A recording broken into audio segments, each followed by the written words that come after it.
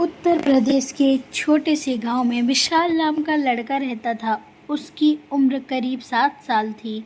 छोटे बच्चे ने वह एक छोटे से घर में रहता था और वो अपनी दादी, अपनी माँ बापू के साथ खुशी खुशी रहता था। उसके बापू डाकघर में नौकरी करते थे। घर में किसी चीज़ की कमी नहीं थी। घर के पास ही भगवान श्री कृष्ण का एक छोटा सा मंदिर था।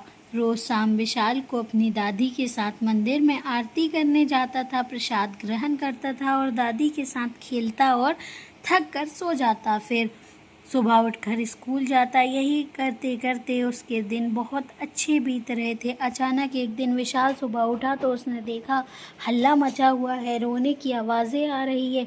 वह घबरा कर बाहर आया, देखा कि उसके आंगन में बहुत भीड़ लगी है। वह दरवाजे से ही चिल्ला कर बोला, अम्मा कहाँ हो तुम और यहाँ क्या हो रहा है? उसकी आवाज़ सुनकर उसकी दादी उसके पास आई और बोली, विशाल को कहने लगी, बेटा तुम अंदर जाओ।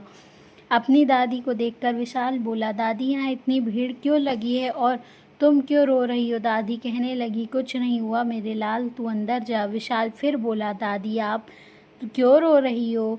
दादी कहने लगी, बेटा तू अंदर जा, मैं थोड़ी देर में आकर तुझे सब बताती हूँ। विशाल कहने लगा, ठीक है दादी, मैं अंदर जाता हूँ। सुनो दादी, अम्मा से कह देना मेरे लिए दूध लेकर आ जाए। दादी कहने लगे, मैं अभी तेरे लिए दूध लेकर आती हूँ, तू अंदर जा। विशाल कहने लगा, पर दादी तुम क्यों ला रही हो? तुम्हारे तो पैरों में दर्द है ना, अम्मा से कह दो, वह लाकर दे देगी। दादी की यह सुनकर रोने लगी। विशाल फिर बोला, क्यों रो रही हो दादी, कुछ तो बोलो। दादी की आंखों से आंसू बहने लगे। उसने रोते रोते विशाल को अपनी बाहों में भर लिया और रोती रोती बोली, विशाल चली गई रे तेरी अम्मा। कहने लगा, सुबह सुबह बिना बताए अम्मा कहाँ चली गई? दादी की आंखों से आंसू बहने लगे। उन्होंने रोते रोते कहा, तेरी अम्मा बिना बताए चली गई रे। विशाल कहने लगा, तो इसमें रोने की क्या बात है दादी, अभी आ जाएगी, पानी भरने गई होगी। दादी कहने लगी, नहीं लाला, हमेशा के लिए चली गई, हमेशा के लिए चली गई। विशाल कहने लगा, अरे दादी ऐसे कैसे चली गई? रात को तो मुझे बोली थी कि आज बाज़ार से चीज़ दिलवाएगी, अभी वापस आ जाएगी, तुम चिंता ना करो दादी। दादी कहने लगी, नहीं आएगी, अब अम्मा कभी वापस नहीं आएगी। आंसुओं को रोकने की नाकाम कोशिश करते हुए दादी विशाल को बोल रही थी। विशाल बोला, दादी ऐसी कौन सी जगह चली गई जहाँ से वापस नहीं आएगी? मैं जाऊँगा वहाँ, आप नाम तो बताओ। दादी कहने लगी, बेटा भगवान के पास चली गई, अब कभी नहीं आएगी वापस। विशाल रोते रोते चिल्ला कर बोला, नहीं मेरी अम्मा कहीं नहीं गई, मैं बुलाऊँगा तो एक बार में आ जाए, देख लेना आप। और विशाल दौड़ता हुआ आंखों में आंसू लिए अम्मा अम्मा चिल्लाता हुआ औरतों की भीड़ को चीरता हुआ आंगन में आया और अपनी अम्मा को ज़मीन पर आंखें बंद करके लेटा हुआ देखकर उसका दिल घबरा गया और मन ही मन उसे भी आशंका हुई कि कुछ तो बुरा हुआ है। विशाल कहने लगा, अम्मा कुछ तो बोल, कितना सोएगी? जो भी औरतें वहाँ पर इकट्ठा थी सभी उसे मिलकर संभालने की कोशिश कर रही थी। वह चुप रहने का नाम ही नहीं ले रहा था। उसके पिता आंखों में आंसू लिए आंगन की ओर आए। उसको देखकर विशाल दौड़कर उसके पास आया और गले लगाकर रोते हुए बोला, देखो ना बापू, अम्मा को क्या हो गया? कुछ भी करके उसे उठा दो बापू, मैं वादा करता हूँ मैं 1 रुपया नहीं मांगूंगा, बस बापू मेरी अम्मा को उठा दो। विशाल के पिता अपनी आंखों के आंसू चाहकर भी नहीं रोक पा रहे थे। अचानक रात में हुई पत्नी के देहांत के सदमे में वो उभर भी नहीं पा रहे थे और उनके बेटे की ऐसी हालत देख उनको भी ज़्यादा रोना आ रहा था। जब पिता के आंसुओं के सिवा कोई जवाब नहीं दिया तो विशाल अपने पिता को छोड़कर वापस अपनी माँ के पास गया और रोते रोते कहने लगा, अम्मा अब मैं तुमको कभी परेशान नहीं करूँगा, मैं तुमको कभी परेशान नहीं करूँगा और ना ही ज़िद करूँगा, तू बस एक बार उठ जा। कहते कहते विशाल जोर से रोने लगा। थोड़ी देर में विशाल की अम्मा को उठाकर शमशान की ओर ले जाने लगे, जहाँ जाने के बाद उसकी अम्मा और उसका शरीर कभी लौटने वाला नहीं था। विशाल के लिए वह दिन उसकी ज़िंदगी का सबसे बुरा दिन था। जब वो अगले दिन सोकर उठा तो ज़ोर से अम्मा अम्मा चिल्लाने लगा। उसके पिता दौड़कर उसे शांत कराया। दादी उसके लिए दूध भी लेकर गई। विशाल कहने लगा, ना दादी, मैं नहीं पीऊँगा दूध, मुझे तो अम्मा के हाथ वाला दूध ही पीना है। विशाल ने भरमाई हुई आवाज़ में अपनी दादी से कहा तो दादी ने कहा, बेटा पी ले, अम्मा अब नहीं आएगी, मेरा लल्ला दूध पी ले। विशाल बोला। नाराज़ होकर चली गई। क्या वह क्यों नहीं आएगी? वह तो कहती थी कभी छोड़ के नहीं जाएगी, अब वादा काहे तोड़कर चली गई? वह मुंह फेरते हुए अपनी दादी से बोला तो दादी कहने लगी, बेटा उन्हें भगवान ने बुला लिया, तू दूध पी ले। अम्मा मुझे भगवान के पास देख रही होगी, तू नहीं पिएगा तो उसे बुरा लगेगा। विशाल कहने लगा, देखती रहेगी या फिर मेरे पास आएगी? दादी सुनो, भगवान के पास मंदिर में रहते हैं ना, हमारे घर के पास में जो मंदिर है तुम कहती हो उसमें भगवान रहते हैं, तो फिर वही तो होगी ना मेरी अम्मा। दादी कहने लगी, नहीं बेटा, भगवान का घर ऊपर है, वहीं गई है तेरी अम्मा। दादी आसमान की ओर इशारा करते हुए अपना दुख छुपा कर बोली। बार बार तो विशाल के सामने रोना नहीं चाहती थी, अगर दादी भी रोएगी तो विशाल टूट जाएगा। विशाल बोला, फिर मंदिर में कौन रहता है? वहाँ भी तो भगवान का ही घर है। घर? दादी बोल, अरे अल्लाह, वहाँ भी रहते हैं और यहाँ भी रहते हैं, तू बस दूध पी ले। दादी की किसी तरह अपने आंसू को छुपा रही थी, वो पहले से ही बहुत परेशान थी। विशाल कहने लगा, मुझे ग्लास दे दो, मैं बाहर जाकर पी लूँगा। इतना कहकर विशाल ग्लास लिए हुए मंदिर की ओर दौड़ता घर से निकल गया।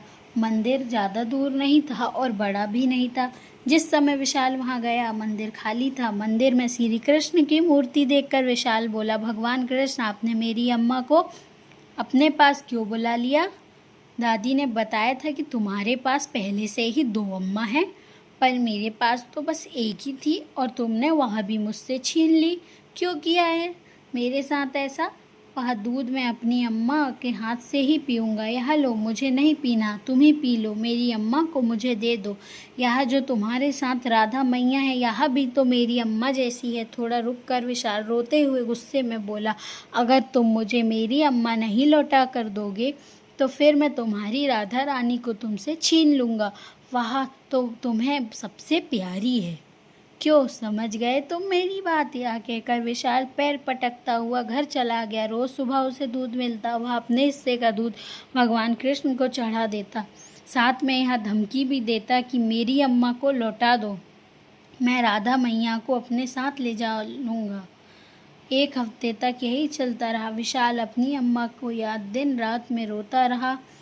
खेलने जाना भी मानो वह भूल ही गया। उसने सबके साथ ज़्यादा बोलना भी छोड़ दिया। उसकी ऐसी हालत देखकर उसके पापा दादी दोनों परेशान थे। 1 हफ्ते बाद विशाल मंदिर गुस्से में गया। बोला, तुम क्या समझते हो खुद को? मेरी अम्मा अपने पास बुला लोगे तो मैं चुप रहूँगा? आज मैं राधा को अपने साथ ले आऊँगा, फिर तुमको पता चलेगा किसी से दूर जाने का क्या दर्द होता है। यह कहकर वह मंदिर में चारों ओर देखने लगा। वहाँ भी श्री कृष्ण जी की एक बड़ी मूर्ति थी और साथ में कुछ छोटी छोटी मूर्तियाँ थीं।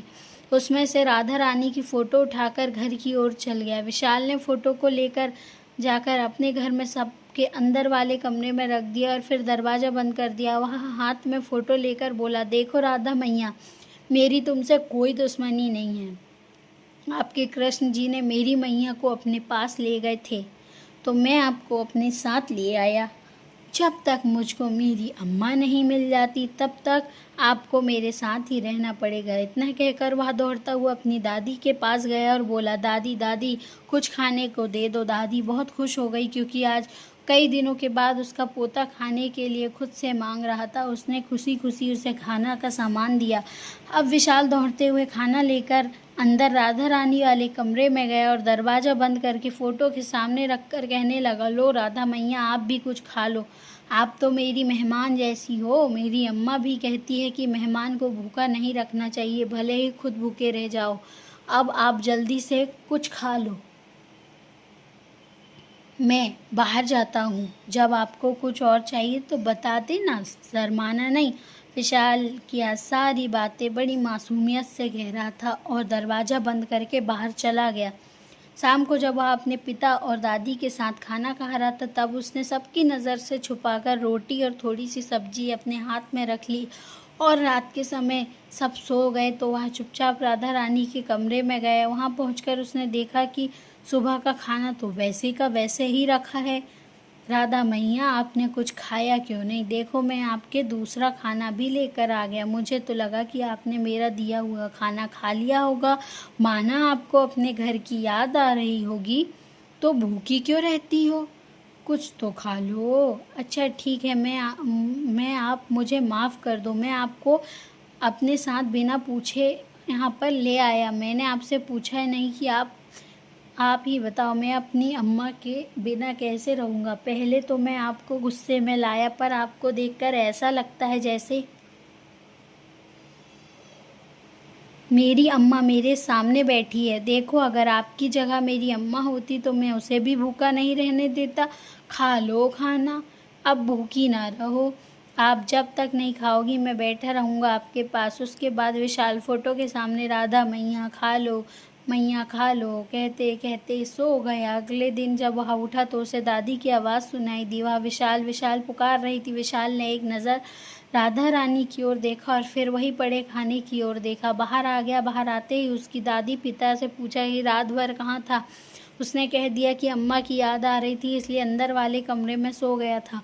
घर वालों ने इस बहाने को सच मान लिया। फिर भी वह अपने अपने काम में लग गए। जब उसके पिताजी ड्यूटी चले गए और दादी आराम कर रही थी, तब विशाल ना धोकर उसी कमरे में गया और जाकर राधा रानी की फ़ोटो के सामने कहने लगा, आप भूखी क्यों हो मुझे बताओ? कुछ खा लो। मुझे आपका भूखा रहना अच्छा नहीं लगता। आप भूखी रहती हो तो लगता है मेरी अम्मा भूखी है। खा लो ना। अच्छा सुनो, यह कल का भोजन है, इसे बाहर गौ माता को दे आता हूँ और आपके लिए ताज़ा भोजन लेके आता हूँ, तब खा लेना। बाहर जाकर विशाल ने देखा दादी रसोई है। वह चुपचाप रसोई घर गया। मेज पर 2 केले रखे थे, वह केले उठाकर ले आया और राधा रानी के सामने रखकर बोला, लो केले खाओ, अभी यही मिले, इन्हें खा लो। राधा रानी के खाने का इंतज़ार करता रहा। जब कुछ नहीं हुआ तो वह रोनी सूरत बनाकर दुखी मन से बोला, मैं जानता हूँ आप अपने घर अपने कृष्ण से दूर आकर दुखी हो, पर आप भूखी रहोगी तो बीमार हो जाओगी। कुछ तो खा लो राधा मैया, मेरी राधा अम्मा, कुछ तो खा लो। देखो, मेरे मुंह से आपके लिए अम्मा भी निकल गया। अब तो कुछ खा लो, अपने बेटे की भी सुनोगी, कुछ तो खा लो। इतना कहकर विशाल की आंखों से आंसू छलक गए। अचानक उसके मन में कुछ ख्याल आया। वह भागता हुआ मंदिर गया और हाथ जोड़ते हुए कहने लगा, हे भगवान कृष्ण, आपने मेरी अम्मा को मुझसे तो छीन लिया। मैं राधा अम्मा को अपने साथ ले आया, लेकिन जब से उन्हें अपने साथ लाया हूँ उन्होंने कुछ नहीं खाया है। शायद उन्हें अपने घर की याद आ रही है। मेरी वैर, मेरी दुश्मनी आपसे है, इसमें उनका क्या दोष? मुझसे दुख नहीं देखा जाता। आप कुछ खाने को बोल दो, मैं आपके सामने हाथ जोड़ता हूँ। इतना कहकर आंखों में आंसू लेकर वहाँ घर की तरफ चला गया। शायद राधा अम्मा ने कुछ खा लिया होगा, पर जब वह देखता है कि राधा नानी ने भोजन नहीं किया है तो वह रोने लगा और अपने आप को दोष देने लगा कि राधा रानी के कारण, मेरे कारण भूखी और दुखी मन से बाहर जाकर अपनी किताबें खोल कर बैठ गया। जब रात के समय दादी ने उसे खाना खाने को बुलाया तो उठकर सबसे पहले राधा रानी के कमरे में गया। उसे देखा राधा रानी अभी तक खाना नहीं खाया। तब तक देखकर मानो उसकी भूख ही मर गई। उसने अपनी दादी से खाना खाने के लिए मना कर दिया, पर उसके पिताजी दादी की जिद के कारण मन से एक रोटी खाई और आधी रात में जब सो गए तो चुपचाप राधा रानी वाले कमरे में गया और देखा कि खाना वैसे ही पड़ा है, तो वह रसोई से बचा हुआ खाना चुपचाप से लेके आया और कहने लगा, अगर आप बासी खाना समझकर नहीं खाना चाहती तो मत खाओ, नया खाना खा लो। अभी कुछ समय पहले ही दादी ने बनाए हैं। आपको इस तरह भूखा देखकर मेरी भूख भी मर गई। आपकी यह हालत मुझसे देखी नहीं जाती। शायद आपकी इस हालत का मैं ही कहीं ना कहीं जिम्मेदार हूँ। मेरी दुश्मनी भगवान कृष्ण से है, ना कि आपसे। मैं आपको ले आया राधा अम्मा, कल ही मैं आपको वापस रखाऊंगा, यहाँ रह लूँगा फिर से बिना अम्मा के। यह कहकर विशाल रोने लगा और बचा हुआ खाना सामने रखकर राधा अम्मा खा लो कहते उसकी आंखों से आंसू की धारा बहने लगी। फिर कुछ देर बाद उसकी आंख लग गई। जब सुबह खुली तो सामने से उठकर राधा रानी को देखा। कल वाला खाना उन्होंने खाया ही नहीं। यह देखकर उसका मन उदास हो गया और दुखी मन से बाहर की ओर गया। उसने देखा दादी रसोई में है और पिताजी बाहर पानी लाने गए हैं, तो वह दोबारा राधा रानी वाले कमरे में चुपचाप आ गया और राधा रानी की तरफ देखकर कहने लगा, मैं तुम्हें तुम्हारे कृष्ण के पास वापस छोड़ कर आता हूँ, फिर भी तुम कुछ खा लेना। अपनी अम्मा को भूखा देखकर मुझे अच्छा नहीं लग रहा है, नहीं, मुझसे नहीं देखा जा रहा है। भले ही आप मुझे दूर रहो, खुश रहो। मेरी एक अम्मा पहले ही छोड़ चली गई। दूजी मिली थी, भले ही बैर के कारण मिली, पर वह भी चली जाएगी। कोई बात नहीं, रह लूँगा बिना अम्मा के। शायद मैं बुरा हूँ, तभी तो मेरी दोनों अम्मा मुझे छोड़कर चली गई। कहते कहते गला भर कर आया और वह बंद कर फोटो उठाने ही जा रहा था। अचानक से उसे महसूस हुआ कि एक सुंदर स्त्री लाल साड़ी पहन फोटो को पकड़े हुए थी। आज स्त्री की आंखें इतनी सुंदर थी मानो कोई प्रेम सरोवर हो जिसे देखते ही कोई भी उसमें डूब जाए। सौंदर्य तो इतना मानो कि स्वर्ण चमक रहा हो, चंद्रमा भी उसके सामने शर्मा जाए। उनकी आभा देखते ही बनती है। वह कोई नहीं है, सबकी प्यारी माँ राधा रानी थी। उन्हें देखकर विशाल की आंखों में आंसू निकल जा रहे थे।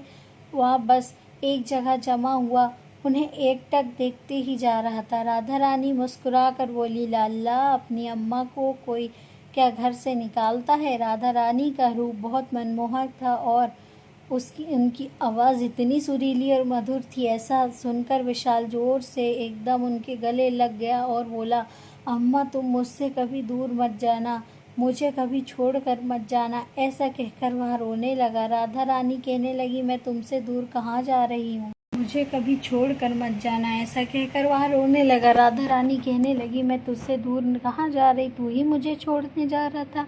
विशाल आंसू पोंछते हुए बोला। राधा रानी विशाल कहने लगा, क्या अम्मा, आप कुछ भी कहती हो? कोई बच्चा भला अपनी अम्मा को खुद से दूर क्यों करेगा?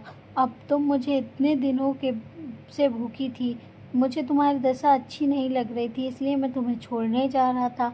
भोली सी सूरत बना के विशाल ने कहा, अम्मा, मैं तो रोज़ तुम्हारे लिए खाना रखता था, पर तुम खाती ही नहीं थी। राधा रानी कहने लगी, अपनी अम्मा के सामने खाना रखता था? कभी हाथ से खिलाया तूने मुझे? जब बच्चा नहीं खाता तो उसकी माँ उसे अपने हाथों से खिलाती है, तो क्या बच्चे का फर्ज नहीं बनता? तूने मुझे खिलाया नहीं और मैंने खाया नहीं। विशाल कहने लगा, अरे अम्मा, यह क्या कह दिया, लो अभी खिला देता हूँ। यह कहकर उसने अपने हाथ में प्लेट ली और हृदय प्रेम पूर्वक राधा रानी को खाना खिलाने के लिए अपना हाथ आगे बढ़ाया। राधा रानी कहने लगी, अरे रुक जा लल्ला, क्या कभी तूने आज तक देखा है कि किसी माँ को अपने लल्ला से पहले खाना खाते हुए? ले पहले तू खा, फिर मुझे खिलाना। फिर ऐसा ही हुआ। समस्त ब्रह्मांड की माँ पुत्र को भोजन खिला रही थी। उस दिन के बाद से रोज रात को राधा रानी विशाल से मिलने आती और अपने हाथ से भोजन खिलाती, लोरी सुनाती, ढेर सारा दुलार करती। एक दिन विशाल उनसे बोला, अम्मा, अब मैं सब बच्चों की तरह तुम्हारे संग बाहर घूमने जा पाऊँगा।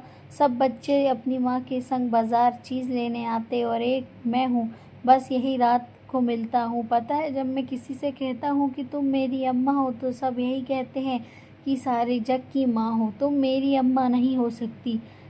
क्या तुम बता दो सबको कि तुम मेरी अम्मा हो? राधा रानी कहने लगी, सबको क्यों बताना? विशाल कहने लगा, अम्मा, जब से तुम आई हो तब से मैं बहुत खुश हूँ। तुमको पता है, दादी भी पूछती है कि अंदर क्या करता है, पर मैं उन्हें नहीं बताता। पता है क्यों? क्योंकि मुझे डर है कहीं अम्मा को नज़र लग गई तो अपनी मैया बोलकर हाथ से ले जाएंगे, फिर मेरा क्या होगा? दादी की नज़र भले ही ना लगे, पर दुनिया वालों से तो बचा कर रखना ही होगा। क्यों, सही कह रहा हूँ ना मैं अम्मा? क्या कहकर विशाल और राधा रानी एक साथ हंस पड़े। विशाल कहने लगा, अम्मा, एक बात तो बताओ, जब मुझे नींद नहीं आती तो तुम लोरी सुनाती हो, भूख लगती है तो खाना खिलाती हो, मुझे ढेर सारा प्यार भी करती हो, तो क्या हमेशा ऐसी ही रहोगी? राधा रानी कहने लगी, तू अकेला कभी नहीं रहेगा, अब माँ तेरे साथ हमेशा रहेगी। ऐसा सुनकर विशाल थोड़ा उदास होकर बोला, काश मैं और लोगों की तरह तुम्हारे साथ घूमने जा पाता। कोई नहीं अम्मा, जब मैं तुम्हारे साथ होता हूँ तो मुझे सारे सुख खुद ही मिल जाते हैं। हालांकि मुस्कान देकर बात ख़त्म करता है। राधा रानी कहती है कि तुझे अपनी अम्मा के साथ घूमने जाना है, तेरी यह इच्छा भी जल्दी पूरी होगी। विशाल खुशी से कहता है कि सच में अम्मा, अम्मा पता है तुम सच में बहुत प्यारी हो। यह कहकर विशाल राधा रानी को गले लग जाता है और उसकी मासूमियत देखकर राधा रानी की ममता जाग उठती है और वह उसे बुलाने पर दौड़ी चली आती है। एक दिन विशाल के पिताजी ने बुलाया और कहा, विशाल तुम्हें तुम्हारी अम्मा की याद आती होगी। तो विशाल ने कहा, बापूजी आती तो है। उसके पिता कहने लगे, तुम्हारे लिए दूसरी अम्मा ले आए तो कैसा रहेगा। विशाल कहने लगा, दूसरी अम्मा क्यों, मेरे पास पहले से ही राधा अम्मा तो है। दादी कहने लगी, अरे तुमसे पहले भी बोला है, राधा रानी सारे जग की अम्मा है, सिर्फ तेरी नहीं। तेरे लिए वह अवाली अम्मा लेकर आएंगे जो सिर्फ तेरी होगी। विशाल कहने लगा, ऐसा नहीं है, वह मुझे बहुत प्यार करती है। दादी कहने लगी, नहीं रे लल्ला, वह तो भगवान है। विशाल ने कहा, वह मेरा बहुत अच्छे से ध्यान रखती है और हमेशा मेरे साथ साथ।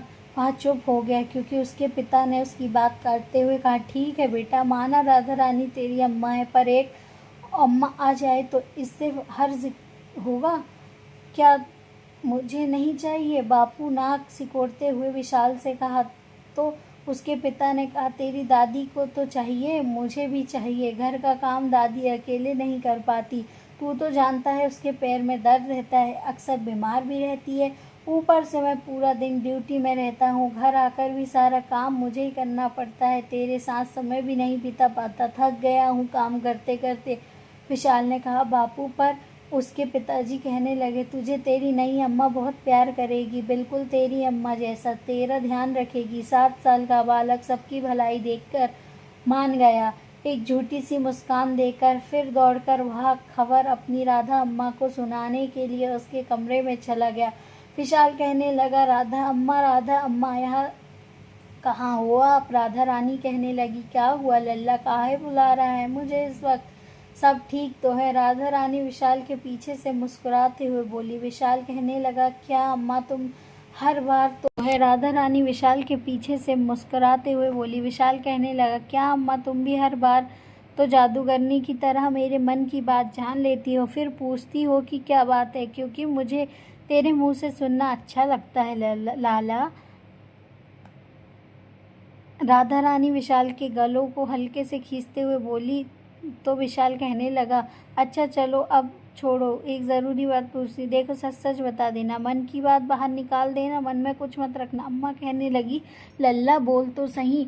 तो विशाल कहने लगा, अगर मेरी नई अम्मा आ गई तो तुम्हें कोई दिक्कत तो नहीं होगी। क्यों लल्ला, नई अम्मा क्यों ला रहा है, तुझे क्या मैं अच्छी नहीं लगती, क्या मेरे प्यार में कुछ कमी है। राधा रानी मुँह फेरते हुए बोली। तो विशाल अम्मा का हाथ पकड़कर कहने लगा, यह कैसी बात करती हो अम्मा, कोई कमी नहीं है, आपने तो मुझे खजाना दिया है प्यार का। तो राधा रानी कहने लगी, तो फिर काहे ला रहे हो नई अम्मा।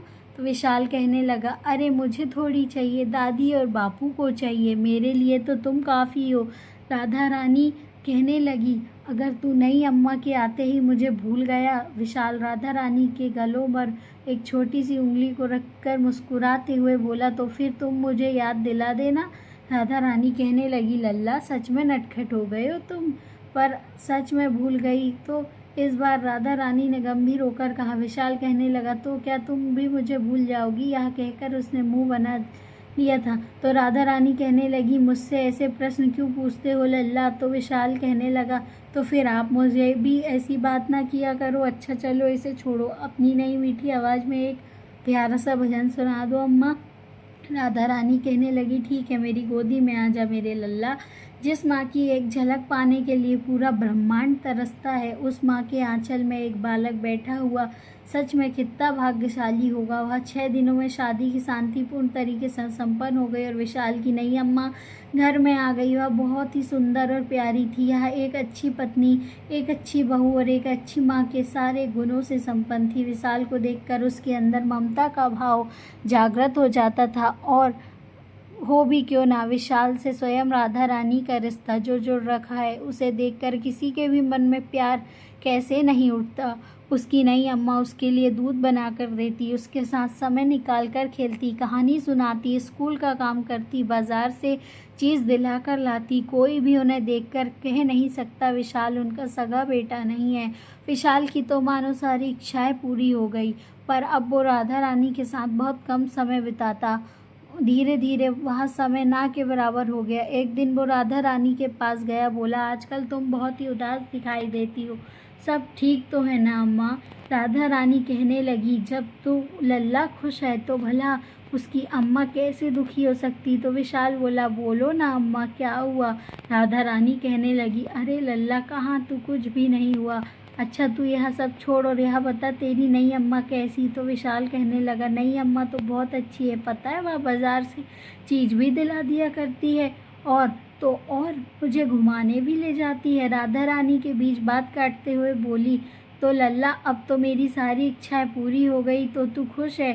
तो विशाल बोला, हाँ अम्मा, मैं बहुत खुश हूँ। राधा रानी कहने लगी, अच्छा अब तो तेरी नई अम्मा भी तेरे पास है, अगर मैं चली जाऊँ तो फिर तुझे कोई दिक्कत तो नहीं होगी? ऐसा सुनते ही विशाल के आंखों में आंखें भर आई। गुस्से वाली सूरत बनाकर वह बोला, क्यों कहती हो तुम? नई अम्मा की अलग जगह है और तुम्हारी अपनी जगह है, तुम्हारी जगह कोई नहीं ले सकता है, ऐसा आगे मत कहना। यह कहकर विशाल भावुक होकर राधा रानी के आंचल में सो गया। सुबह जब विशाल उठा तो उसने देखा वह अपने घर के दूसरे कमरे में था। उसने नई अम्मा सोती थी। उठते ही उसे राधा अम्मा की याद आई और वह उस कमरे में चला गया। तभी उसकी नई अम्मा दूध लेकर उसके पास आ गई और उसे दुलार करने लगी। फिर थोड़ी देर बाद उसके मित्रों की टोली ने उसे बुला लिया। इसी बीच राधा रानी के पास जाना भूल गया। रात के समय जब वह भोजन का निवाला खाने ही जा रहा था तो उसे राधा रानी की याद आई और वह सोचने लगा कि उसके साथ मैंने कई दिनों से भोजन नहीं खाया है। कल रात को भी वह दुखी लग रही थी। क्यों ना मैं आज अपने हाथों से राधा मैया को खाना खिलाऊं। यहाँ सोचकर वह मुस्कुराते हुए अपनी प्लेट उठाकर राधा रानी वाले कमरे में जाने लगा। नई अम्मा की नज़र पड़ी तो वह उसे रोक कर पूछने लगी, क्या हुआ विशाल बेटा, खाना लिए कहाँ जा रहे हो? विशाल कहने लगा, अम्मा मैं अंदर वाले कमरे में बैठकर खाऊंगा। नई अम्मा कहने लगी, वहाँ क्यों? आओ हमारे साथ बैठकर खाना खा लो। विशाल कहने लगा, मुझे आज वहीं बैठकर खाना है, खाने की इच्छा, मेरे खिलौने भी वहीं रखे हैं। तो नई अम्मा ने कहा, मैंने देखा है तुम्हें वहाँ रहना ज़्यादा पसंद है, तुम्हारे बापू ने बताया था तुम्हें अम्मा की याद आती है इसलिए अक्सर तुम वहाँ जाते हो। विशाल हिचकिताते हुए बोला, हाँ कुछ ऐसा ही है। तो नई अम्मा कहने लगी, तो क्या हुआ, तुम्हें अच्छे से प्यार नहीं करती या कुछ कमी है तो मुझे बताओ, मैं पूरी कोशिश करूँगी तुम्हारी अम्मा का प्यार दे सकूँ। शायद अभी भी कुछ कमी रह गई होगी तो तुम मुझे अपनी अम्मा नहीं मानते। वह भी दुखी होकर कहने लगी। तो विशाल कहने लगा, अरे ऐसा कुछ नहीं है अम्मा, चलो साथ में खाना खाते हैं। वह दोनों साथ में खाना खाने लगे और दिन भर का थका हुआ विशाल खाना के बाद गहरी नींद में सो गया। अगले दिन जागकर वह सबसे पहले राधा रानी के कमरे में गया। वहाँ जाकर देखा तो राधा रानी की फ़ोटो गायब थी। वह राधा रानी को डर के मारे पुकारने लगा। जब वह नहीं आई तो उसकी फ़ोटो इधर उधर देखने लगा। उसका दिल घबरा रहा था।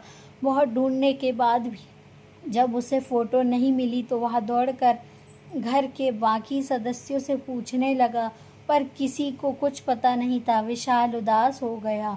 उसका हृदय खुद को दोष दे रहा था। वह मन ही मन सोचने लगा, राधा मैया क्यों मुझे छोड़कर चली गई? शायद उन्हें अच्छा लग रहा होगा, उनका लाला उन्हें भूल गया, अब प्रेम कम करने लगा। मैं उन्हें कैसे बताऊं, उनका स्थान कोई नहीं ले सकता। राधा अम्मा को पुकारते पुकारते पूरा दिन बीत गया। उसे बहुत आत्मग्लानि हो रही थी। उसे देख नई अम्मा दादी भी परेशान थी। उसे चुप कराने के सारे प्रयास व्यर्थ थे। शाम को जब उसके पिता आए तो वह उनसे भी नहीं माना। फिर बाद में बड़ी मुश्किल से उसने थोड़ा सा खाना खाया और सोते वक्त राधा अम्मा पुकारते पुकारते सो गया। अगले दिन नींद खुली तो उसे सबसे पहले राधा रानी की याद आई। भागकर राधा रानी के कमरे में गया।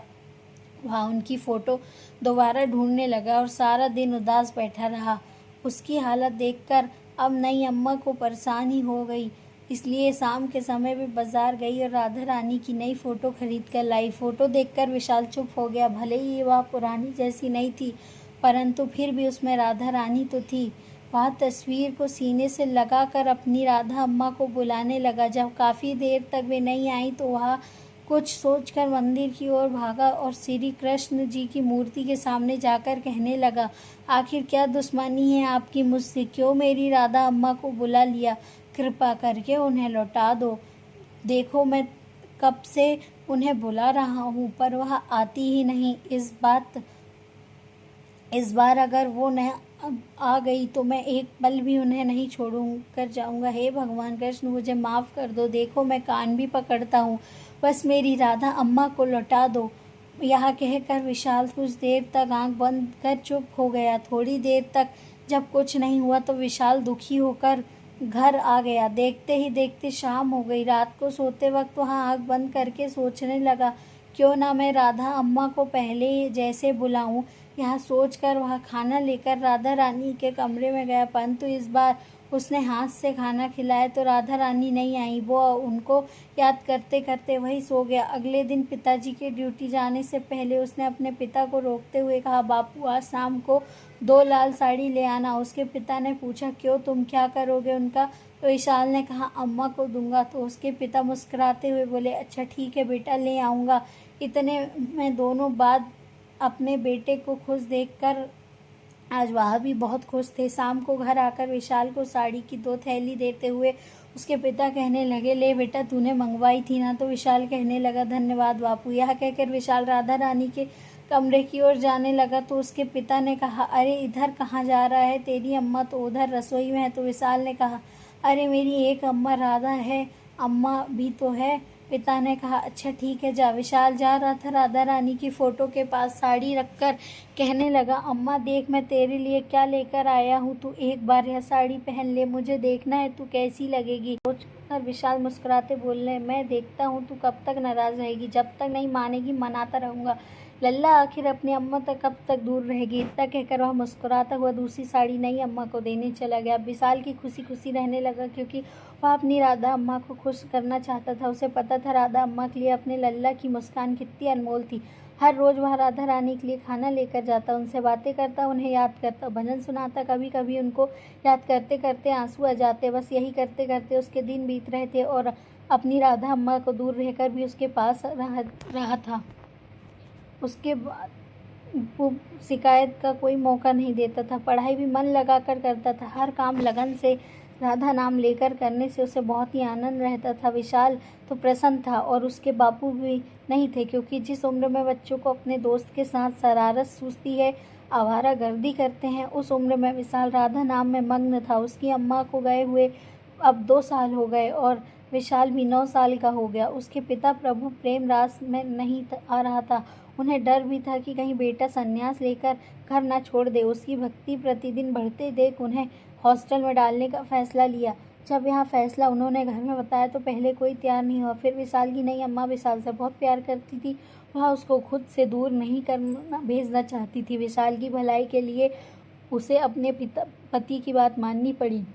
दादी को भी बड़ी मुश्किल से मनाना पड़ा और विशाल को मनाने के लिए उन्होंने उसकी बातों में बहला फुसला कर यह कह दिया कि वह जाकर पढ़ाई लिखाई करने से बहुत अच्छा आदमी बनेगा, अपनी अम्मा के लिए उपहार लेगा। वहाँ जाते विशाल की कमज़ोरी क्या थी, इसलिए उन्होंने सीधा वहीं पर वार किया। दूसरे बच्चों के साथ विशाल बदलाव आएगा, यह सोचकर विशाल को हॉस्टल भेजने की तैयारी की जाने लगी। कुछ दिनों के बाद विशाल हॉस्टल जाने के लिए विदा हो गया। घर वालों ने उसे दुखी मन से भेज दिया। कोई खुशी नहीं थी। असल में उन्हें चिंता हो रही थी कि मीराबाई जैसी भक्त तो सब चाहते हैं, पर उन्हें मार्ग पर चलना कोई नहीं चाहता। विशाल चाहे कितना भी बड़ा क्यों न हो गया हो, परंतु रात के समय अपनी राधा अम्मा के सामने खुश रहने का प्रयास करता है, उनको हर वक्त धन्यवाद देता है। वह एक तरीके से भक्ति ही कर रहा है, प्रेम की भक्ति।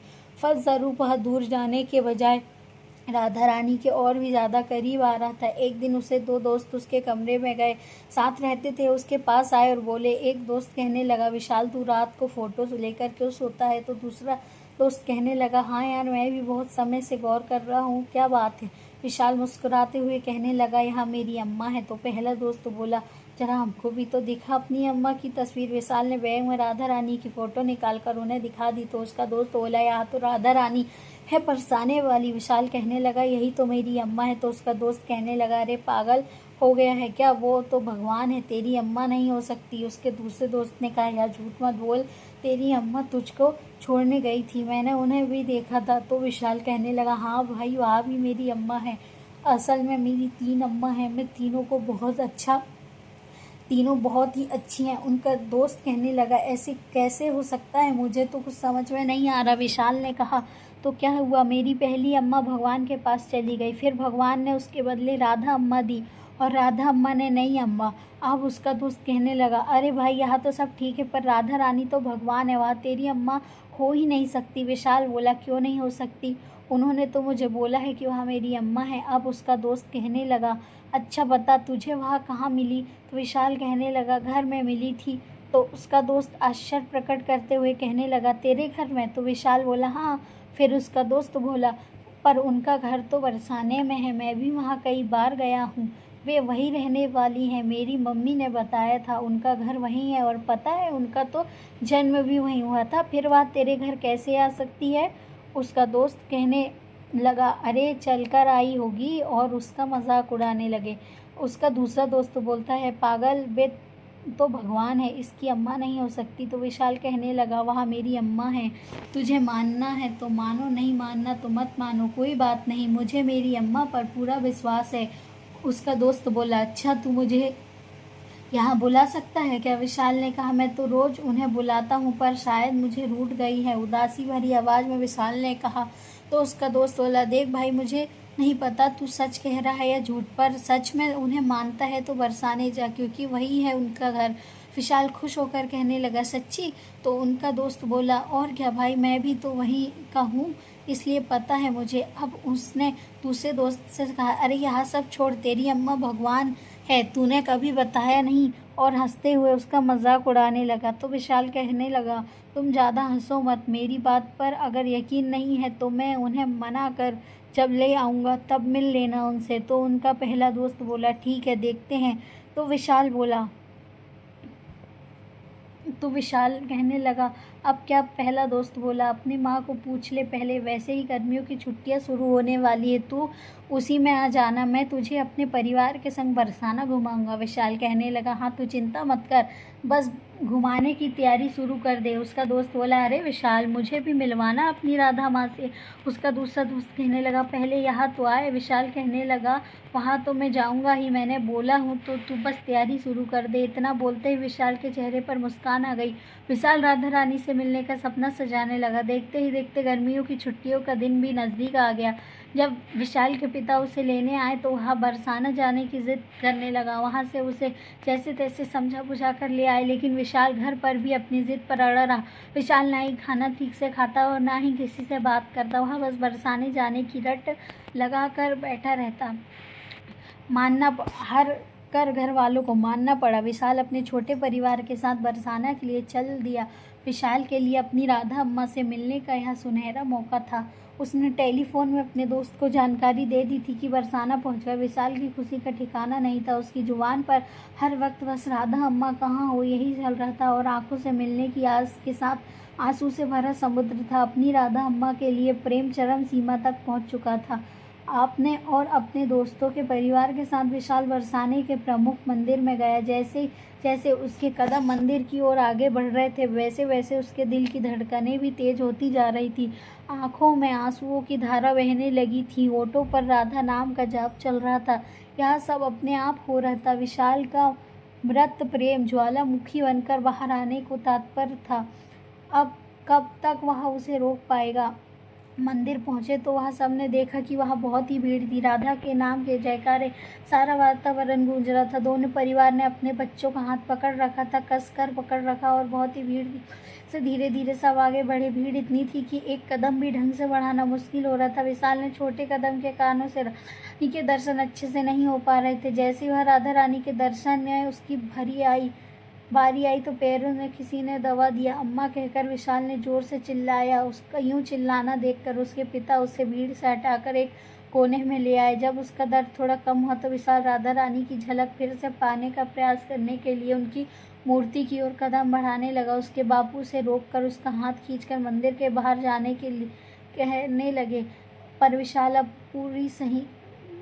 दूरी सही नहीं जा रही है। उसकी आंखों में आंसुओं की नदियां बहने लगी। खुद को अपने पिता से छुड़ाकर वह तेज आवाज में चिल्लाया, राधा अम्मा, क्या इतनी नाराजगी हो गई हो कि लल्ला से मिलने भी नहीं आई? एक बार देख तो लो, तेरा इतने पास तुझसे मिलने के लिए आया है। यह कहकर विशाल रोता हुआ राधा रानी की मूर्ति की ओर जाने लगा। भीड़ के कारण वहां आगे नहीं बढ़ पा रहा था। बस यह राधा अम्मा कहते कहते रोता जा रहा था। यह देख उसके पिता उसे पीछे से पकड़ा और जबरदस्ती होटल की ओर ले गए जिसमें वे ठहरे थे। सब उसे विशाल की नादानी समझ रहे थे। उसका दोस्त भी अपने परिवार के साथ जा चुका था और विशाल के परिवार ने भी घर जाने का मन बना लिया था। रात भर विशाल बेसुध सा पड़ा रहा। उसकी ऐसी हालत देखकर उसके परिवार वाले उसे फिर राधा रानी के दर्शन के लिए ले गए। आज मंदिर में भीड़ कम थी, इसलिए उन्हें जल्दी दर्शन हो गए। विशाल का बस राधा रानी को देखकर रोए जा रहा था। विशाल की ऐसी हरकत को देखकर पंडित जी कहने लगे, यह लाडली जी को देखो, कितना ज़्यादा प्रेम करता है। आप सच में बहुत भाग्यशाली हैं। हर किसी को ऐसा अद्भुत प्रेम नसीब नहीं होता। विशाल की अम्मा कहने लगी, पंडित जी अब क्या बताएं, कल रात से ही यह बुखार में तप रहा था। बस राधे राधे बोलते जा रहा था। कोई भी दवाई काम नहीं आ रही थी, इसलिए हम घबरा कर इसे यहाँ लेकर आए हैं। विशाल की दादी कहने लगी, बड़े परेशान हैं हम लोग। रात भर से सोया भी नहीं है। बस यही आने की जिद कर रहा था। सारा समय बिस्तर पर पड़ा रोता ही जा रहा था। न जाने किसकी नज़र लग गई। हम तो उसी उम्मीद में आए थे कि शायद हमारा लल्ला ठीक हो जाए। पंडित जी कहने लगे, अरे यहाँ कह रहे हो, यहाँ तो आज सुबह ही मुझे मिलकर गया है। उसके पिता कहने लगे, अरे पंडित जी, यह नामुमकिन है, हम लोग तो हर पल इसके साथ थे। पंडित जी कहने लगे, अरे नहीं, मुझे अच्छी तरह याद है, यह आज सुबह ही आया था। आज लाडली जू के श्रृंगार के वस्त्र अचानक गायब हो गए थे, तो उसी समय यह साड़ी लेकर आया और बोला, आज राधा रानी को यह पहनाना है। ऐसा कहकर यह दौड़ता हुआ हवा हो गया। आरती का समय होने वाला था, तो हमारे पास कोई और चारा भी नहीं था, इसलिए आज हमने इसकी दी हुई साड़ी से किशोरी जी का श्रृंगार किया है। देखिए, सारे घरवाले राधा रानी को मूर्ति को ध्यान से देखकर चौंक गए, क्योंकि वही साड़ी थी जो विशाल ने राधा रानी के लिए मंगाई थी। उन्हें आज भी राधा रानी की कृपा का आभास हो गया रहा था और स्वयं राधे उनके बेटे की भेंट स्वीकार कर ली। विशाल का प्रेम सच्चा है। आज उन्हें यह बात का पता चल गई। उसके बापू की आंखें भी नम हो गई थी। वह विशाल के कंधे पर हाथ रखकर बोले, देख तो बेटा, तेरी राधा अम्मा तेरी दी हुई साड़ी पहनी हुई है। विशाल का यह सुनकर राधा रानी को देखकर मुस्कुराने लगा। वह प्रेम रूपी कमल नयनों को चुपचाप एक टक देख रहा था, मानो उनमें ही खो गया हो। थोड़ी देर बाद विशाल के पिता ने उसे वापस ले जाने के लिए उसका हाथ पकड़ा, क्योंकि लग रहा था कि विशाल उसकी राधा अम्मा से अब मिलन पूर्ण हो चुका है। अचानक से विशाल ने अपने पिता का हाथ झटक कर राधा रानी की मूर्ति के पैरों में गिरकर प्रार्थना करने लगा, मुझे खुद से अलग मत करो राधा अम्मा, मैं कहीं नहीं जा पाऊंगा तुम्हारे बिना। वहाँ सब उसके ऐसा करने से फिर से परेशान हो गए, क्योंकि विशाल का राधा रानी से मिलन होने के बावजूद वह घर जाने को तैयार नहीं हो रहा था। पंडित जी और विशाल के पिता जैसे ही अपने कदम उसकी ओर बढ़ाए, उसी समय तुरंत मंदिर की घंटियां अपने आप बजने लगी। बाहर तूफान आ गया। आसमान में अंधेरे की चादर छा गई, मानो समय थोड़ी देर के लिए रुक सा गया हो। इस सब में बेखबर विशाल राधा रानी के चरण कमलों में पड़ा था। तभी अचानक उसे अपने सर पर एक कोमल हाथ स्पर्श का एहसास हुआ और एक मीठी सी आवाज़ सुनाई दी, लल्ला। आवाज़ सुनकर विशाल ने प्रसन्नता और आश्चर्य से ऊपर देखा तो पाया उसकी राधा अम्मा साक्षात। पता चल गई कि उसके बापू की आंखें भी नम थी। वह विशाल के कंधे पर हाथ रखकर बोले, देख तो बेटा, तेरी राधा अम्मा तेरी दी हुई साड़ी पहनी हुई है। विशाल यह सुनकर राधा रानी को देखकर मुस्कुराने लगा। वह उनके प्रेम रूप कमल नयनों को चुपचाप एक टक देख रहा था, मानो वो खो गया हो। थोड़ी देर बाद विशाल के पिता ने उसे वापस ले जाने के लिए उसका हाथ पकड़ा, क्योंकि उन्हें लग रहा था कि विशाल का उसकी राधा अम्मा से मिलन पूर्ण हो चुका है। अचानक से विशाल अपने पिता का हाथ झटक कर राधा रानी की मूर्ति के पैर में गिरकर प्रार्थना करने लगा, मुझे खुद से अलग मत करो राधा अम्मा, मैं नहीं रह पाऊंगा तुम्हारे बिना। यह सब उसने ऐसा करने से फिर परेशान हो रहे थे, क्योंकि विशाल राधा रानी से मिलन होने के बावजूद भी वह घर जाने को तैयार नहीं हो रहा था।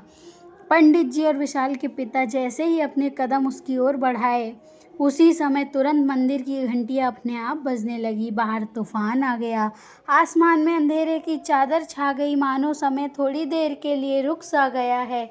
इस सब से बेखबर विशाल राधा रानी के चरण कमलों में रो रहा था। तभी अचानक उसे अपने सर पर एक कोमल हाथ स्पर्श हुआ और एक मीठी सी आवाज़ सुनाई दी, लल्ला। आवाज़ सुनकर विशाल ने प्रसन्नता और आश्चर्य से ऊपर देखा तो पाया उसकी राधा अम्मा साक्षात उसके सामने खड़ी है। बिना देर किए जोर से उन्हें गले लग गया। आखिर उसने इस पल का इंतज़ार जो किया था। ऐसा प्रेम देखकर राधा रानी भी भावुक हो गई और आंसू निकल पड़े। आंसू की एक बूंद विशाल के माथे पर गिरी। उस वक्त आनंद का प्रेम का आभास हो गया। वो आनंद ज्ञान उसे स्वयं ही मिल गया जिसके लिए ऋषि मुनि जन्मों तक तपस्या करते हैं। विशाल कहने लगा, अम्मा, अपने लल्ला को माफ़ कर दो, मुझे अब कभी खुद से दूर मत करना, मैं सदैव तेरे पास।